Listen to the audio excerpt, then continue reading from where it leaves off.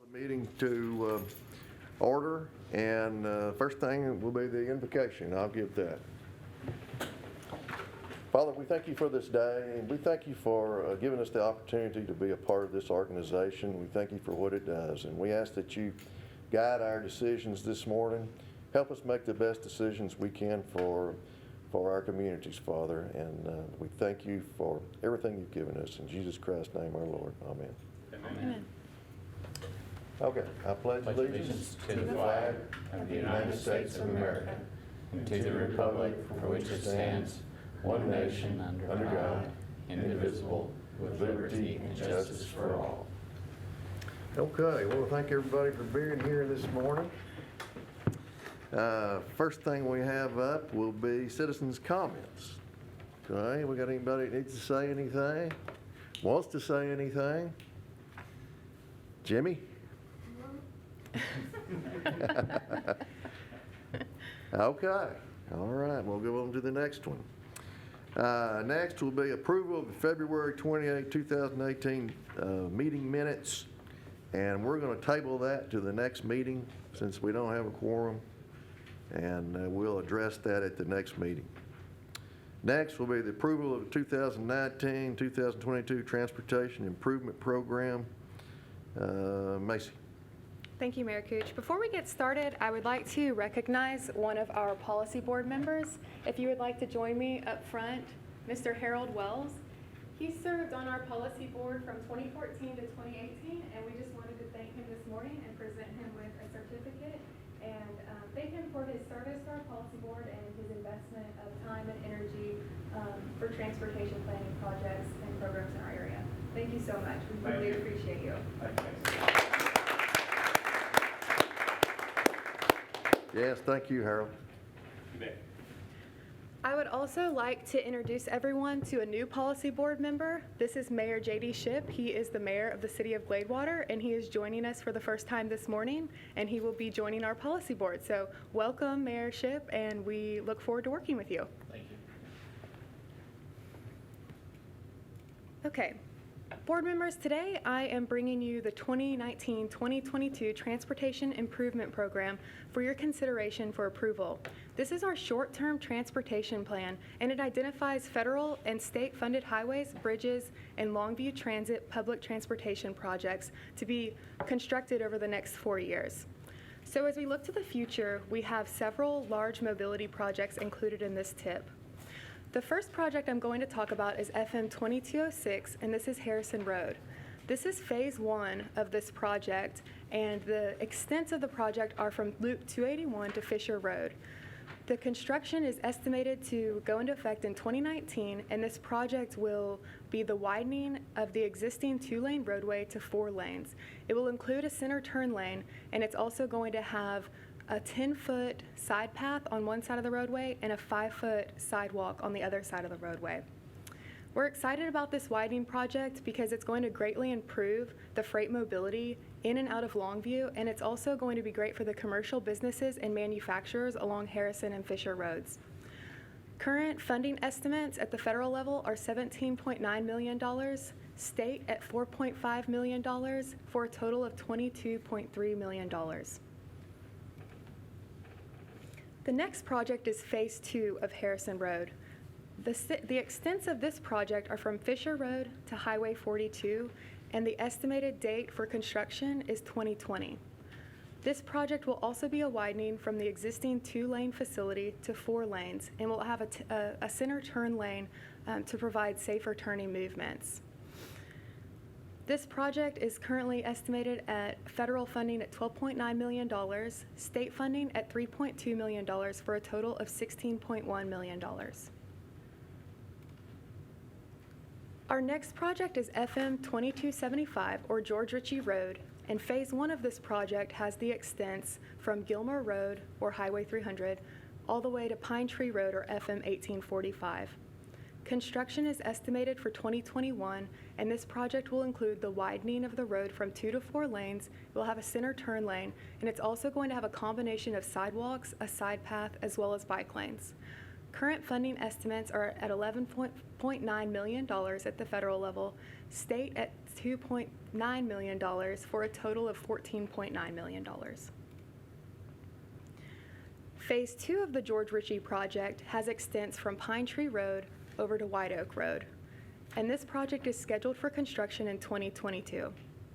This project will also be a widening from 2 to 4 lanes, will include a center turn lane, and will have a side path on the south side of the roadway.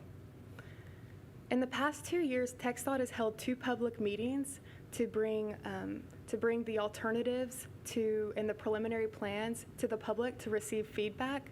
So at this point in time, there's not a final alignment determined, but TxDOT's going to be scheduling a third public meeting in the summer to present a recommended alignment. Federal funding is currently at $11.9 million, state at $2.9 million for a total of $14.8 million. Lastly, in our mobility section, we have US 271. The extent of the project included in the mobility section is from the Smith County line to Loop 485, which is located south of Gladewater. You can see on the map that the portion of this project that I'm talking about is highlighted in red, and this is set to go to construction in 2022.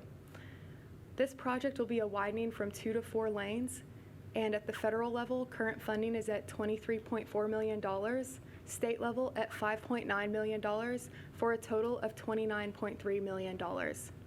This segment is roughly 2 miles in length, but TxDOT has held a public meeting in Gladewater on April 24th, and they presented 3 alignment alternatives to the general public for the full extent of this project that shows up on the map in gold. Next in our tip, we describe our bicycle and pedestrian projects. The first project is the Guthrie Creek Shared Use Paths. This is the result of the City of Longview applying for and receiving an award of over $3 million for 2 shared use paths for pedestrians, runners, as well as bicyclists. The local contribution is the same at just over $3 million. This project is going to complete 2 gap sections in the Guthrie Creek Trail system, as shown in blue on the map.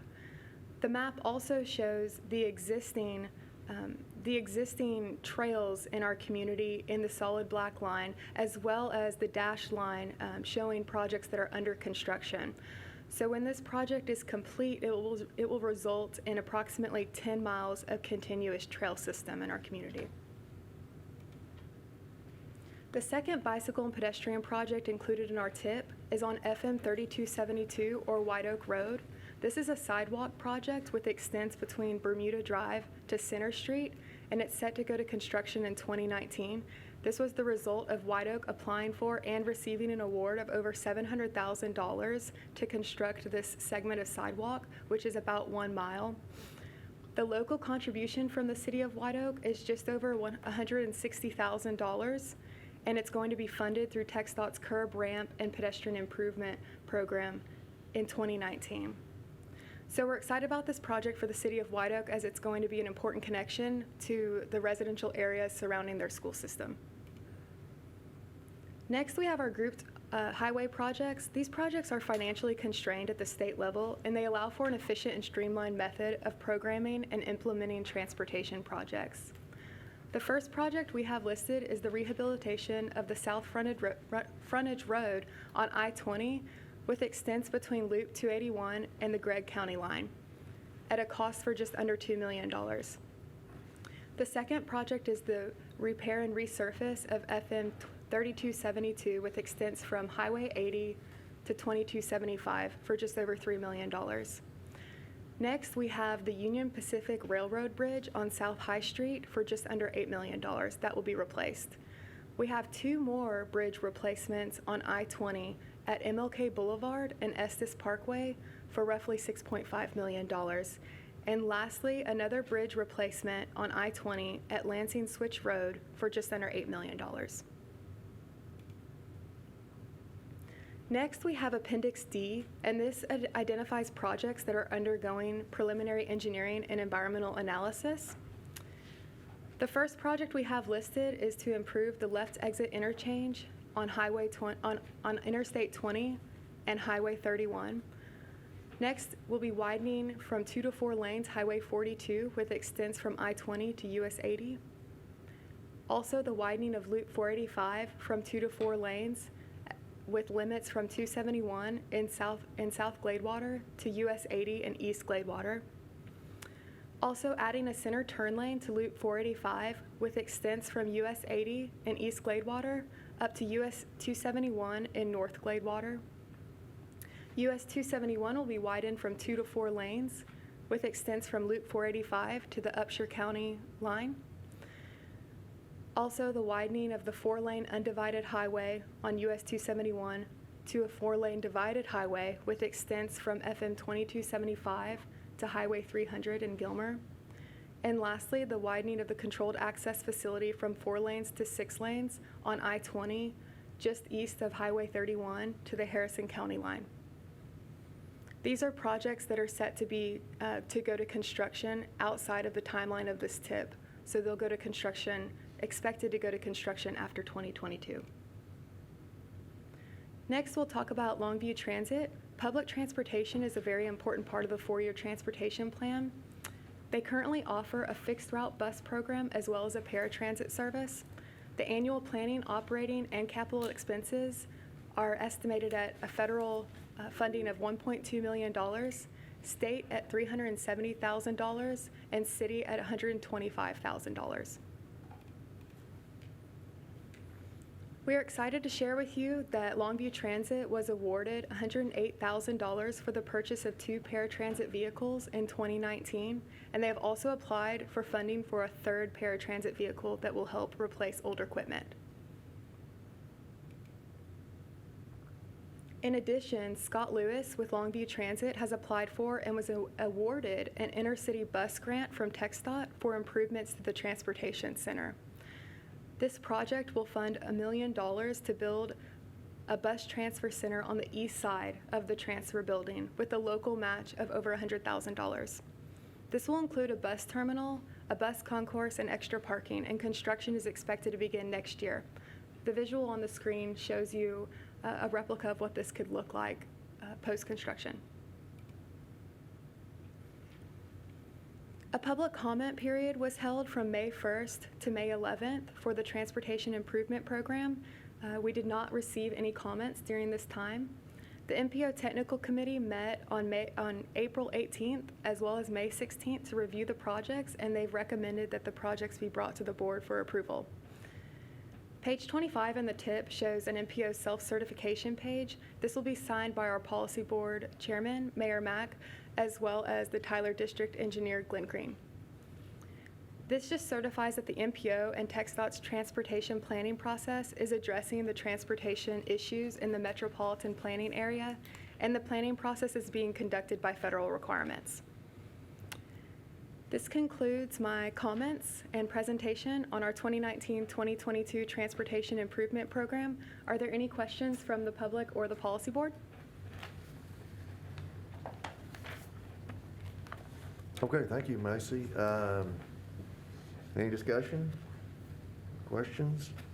Do I have a motion to approve these programs? And that'll be numbers 4 through 7 on our agenda. Move to approve. Second? Second. All right. All in favor, say aye. Aye. Anybody opposed? Okay, motion carries. All right. Staff comments. We'll be going to the bicycle and pedestrian plan next. Oh, I'm sorry. Okay, I'm skipping over. Okay. Bicycle pedestrian plan.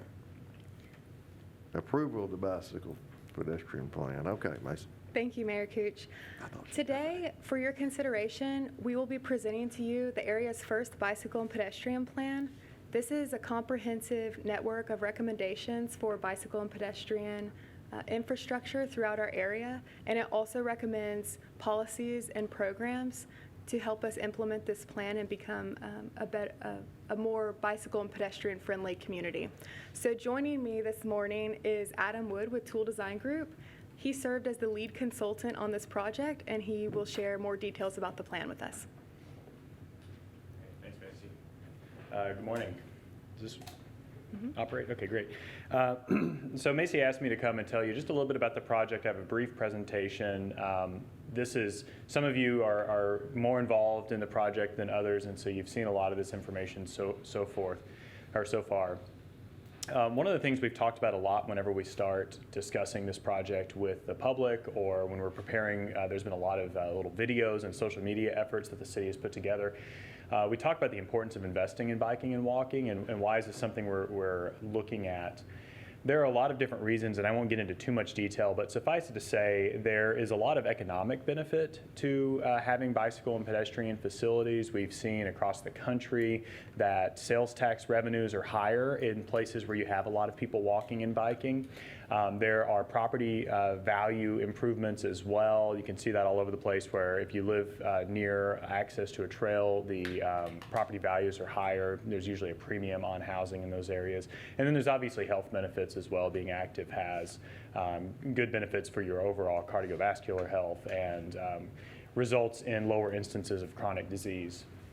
So there's a lot of reasons for that, and I think that's some of those are probably a little bit obvious, but it's I think something important to always reiterate when you're looking at this type of work. The plan itself had several purposes and the reason why the MPO elected to perform this plan. You can see a lot of these bullets up here, which I won't get into all of these in detail. This is sort of the way we've been talking about it when we're looking outwardly and we're talking to the public, that we are analyzing where people are most likely to be using trails and sidewalks and on-street bike facilities. We're looking at safety and so forth. I think in relation to the last item you just approved, this is also something that can help you as an MPO to make your shorter term investment decisions on into the future, because we've taken a lot of very detailed looks at various aspects to help you make decisions going forth into the future, and that resulted in lists of prioritized projects. We really reiterate throughout the planning process, and this really came through in the public involvement as well, is that we're really trying to create a plan for everyone. This is not just for the people that are already out there biking, the more avid cyclists that are out there in spandex and everything. It's great that they're out there, and we can certainly make improvements, but we also want to make improvements for people that want to be able to bike and walk, but don't feel safe doing so right now. So understanding that there's a lot of different types of people that have different levels of comfort interacting with motor vehicle traffic and dealing with various issues when they're out there walking and biking. And so that really led us into our public engagement process. We had open houses in September. We had an open house just recently, which didn't make it on this slide, just a couple of weeks ago. Listening sessions with various community groups. Had a really good session with LeTourneau University. Students and staff were there and gave us a lot of feedback. They're really, really excited about being able to connect from their campus into the downtown area. We had an online mapping exercise where people could actually tell us exactly where they saw problems. They could draw lines and say, I want to be able to get from here to here. And we had a lot of good input on that, and that helped us to come up with some of our recommendations. We had an online survey with a response level that is astounding to me, that we had 1,700 people respond to this. We do these sorts of surveys in cities all over the country that are 5 times, 10 times the size of your metropolitan planning organization area, and we get half that many responses. So really good turnout on this. So it was really good to see the level of engagement and level of excitement that people have for this type of work. Oh, the May open house is there. Should have pointed that out and told me I was wrong when I said that. So we've been able to get out and talk with people and had a lot of good engagement, a lot of good hands-on discussions, but that survey response was really helpful as well. All of that input helped us to come up with the goals. I won't read all of these to you, but safety is paramount. Wanting to have systems that are connected. The map Macie showed earlier of Guthrie Creek, the trail system there, and connecting all that is really important, because it's great if you have 10 miles of trail, but if it's a half mile here and a half mile here and a half mile here, it doesn't have as much of an impact as an overall connected network, and so that's an important goal.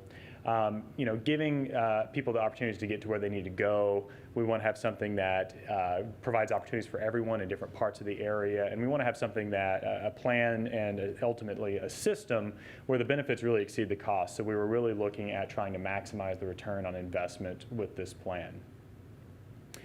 There are 4 major components of the document, and if you haven't already had anyone that's listening hasn't already had a chance to really look through it, it's a very concise document. We were really wanted it to be focused and to the point and include the relevant information and not belabor anything that wasn't important to include. There's an assessment of existing conditions. Where are people most likely to walk or bike? Where do they want to go? Where are there gaps in the system? There are some policy and program recommendations that can help implementation on into the future. We made some suggestions about perhaps things that could be included in the Unified Development Code, some various considerations that law enforcement could take when they're looking at increasing safety. That's all included in there. The meat of it, though, is really the infrastructure recommendations. Where exactly are we recommending sidewalks? Where exactly are we recommending on-street bikeways? And then the implementation itself. How much is this all going to cost, and how do we prioritize it? The recommendations we sort of split out the biking infrastructure and the walking infrastructure recommendations. There is overlap, but a bike lane is really meant for people biking, and a sidewalk, while it can be used for people biking, that's really meant to prioritize people walking. And so we split the 2 recommendations into 2 separate layers. And within each one of those, we have a priority network and a future network. And again, this comes back to the idea of connectivity. We want to make sure that we're putting things out there that are connected and building upon your existing infrastructure.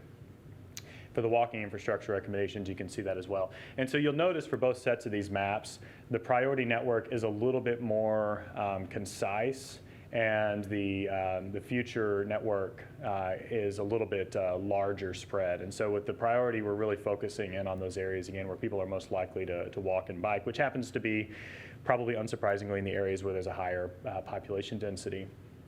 There are a lot of different types of improvements that are out there. One of the things that we always stress when we're talking about bike lanes versus paved shoulders versus just having a signed route is that it's all relative to the context that's out there. You may be perfectly comfortable riding down your neighborhood street without having a trail or a bike lane, but you may not want to get out on Marshall Avenue and ride down the middle of the roadway. That's not going to be comfortable or safe. And so everything is relative. And so there's a lot of different opportunities, and we made those specific recommendations throughout the plan. I believe the last thing I was going to take a minute to mention is how we came up with the priorities. There were 4 major elements that were considered. Improved safety was really important, so we took a look at where have there been crashes involving pedestrians and bicyclists in the past. What is the speed of the roadway that's adjacent to the facility? Higher speeds result in more severe crashes. We also looked at, we used the phrase demand, but where are people most likely to bike or walk? And this is a factor of some demographic issues or different demographic factors, population density, for example, and development patterns. Connectivity to the existing system was important, and then again, a project cost per mile. So we came up with sort of order of magnitude cost estimates for these various types of facilities and various implementation methods to figure this out. This was all done on a very quantitative basis to come up with scores for these that can be used at a later point in selecting projects, if that's what you'd like to do. So with that, is there anything that I failed to cover, Macie, that you wanted me to touch on? Or? No, you did a great job. Okay, great, and I'd be happy to answer any questions if anyone has any. No, sounds good. Okay, Great, thank you, thank you. Adam. All right. Okay, let me correct myself. The last motion was on items 4 and 5. This is number 6, approval of the bicycle pedestrian plan. So do we have a motion? Move to approve. I'll second. All right, all in favor say aye. Aye. Anybody opposed? Okay, so the motion carries. Next, approval of a memorandum of understanding of performance-based planning. Macie. Thank you, Mayor Cooch. Board members, for your consideration, I am bringing the Memorandum of Understanding for Performance-Based Planning for your approval. This MOU is for compliance with the Fixing America's Surface Transportation Act, or the FAST Act. Performance management is a new federal requirement of the FAST Act for MPOs as well as state DOTs. It's a performance-based approach to planning road and highway projects and is a strategy that uses system information to make investment and policy decisions. This helps us achieve the national and state performance goals.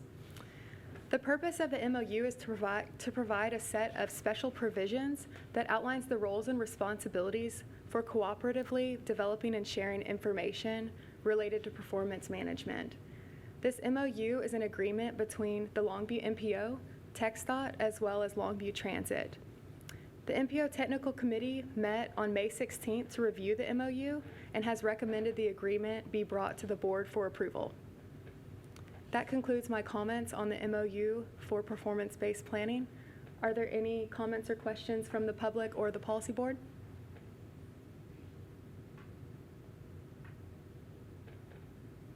Okay, do we have a motion approving the memorandum of understanding? I'll make a motion to approve.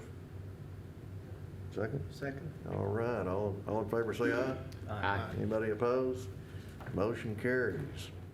Okay, now staff comments. Macie? Thank you, Mayor Cooch. I do not have any comments. Okay, well, do we have a motion to adjourn? So moved. Second? Second. All right, all in favor say aye. Aye. Looks like we're adjourned. Thank you. Thank you all for